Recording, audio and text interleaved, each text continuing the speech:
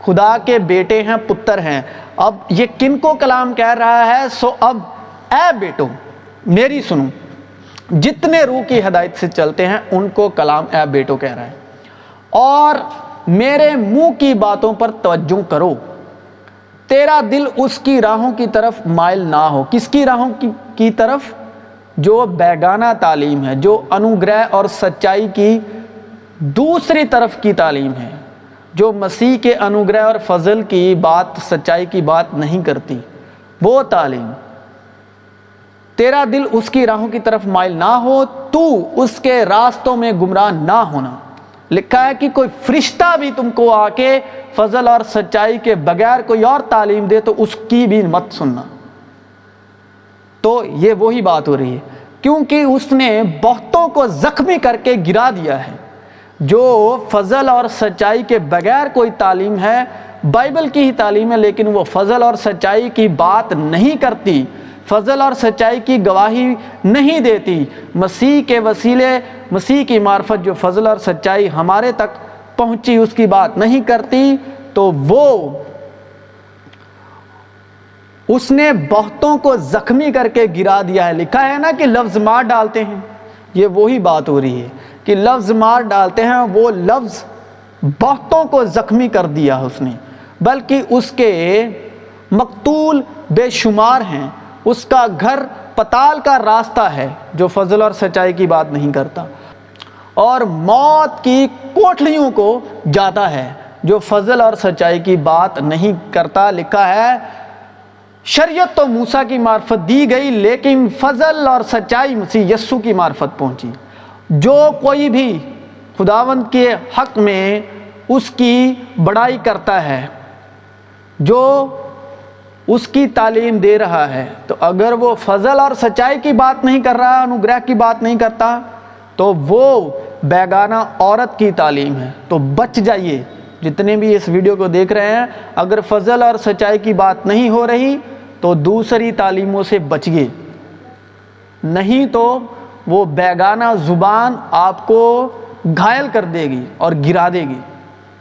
ٹھیک ہے، لفظ مار ڈالتے ہیں، ٹھیک ہے، ہم لفظوں کے خادم نہیں بلکہ روح کے خادم ہیں، اور روح زندہ کرتی ہے۔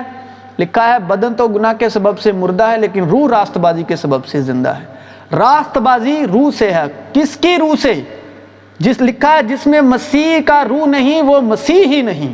تو ہماری راست بازی مسیح کی روح کے وسیلے ہم میں کام کرتی ہے، نہ کہ بے جا ہم فخر کریں کہ ہم بہت دعا کرتے ہیں، بہت فاسٹنگ کرتے ہیں، یہ کرتے ہیں، میٹنگ کرتے ہیں، وہ کرتے ہیں۔ ایسا نہیں ہے بھائی، غلط تعلیم ہے، آپ کا ایمان بگڑتا جا رہا ہے، بگاڑ رہا ہے، بگڑ چکا ہے۔ ہم میں جو انوگرہ کام کرتا ہے وہ مسیح کے وسیلے، مسیح کا انوگرہ کام کرتا ہے۔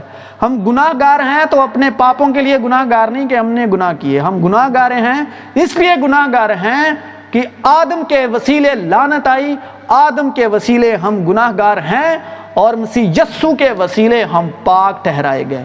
لکھا ہے ایک کے وسیلے لعنت آئی، دوسرے کے وسیلے فضل اور سچائی، دوسرے کے وسیلے انوگرہ، معافی آئی، آزادی آئی۔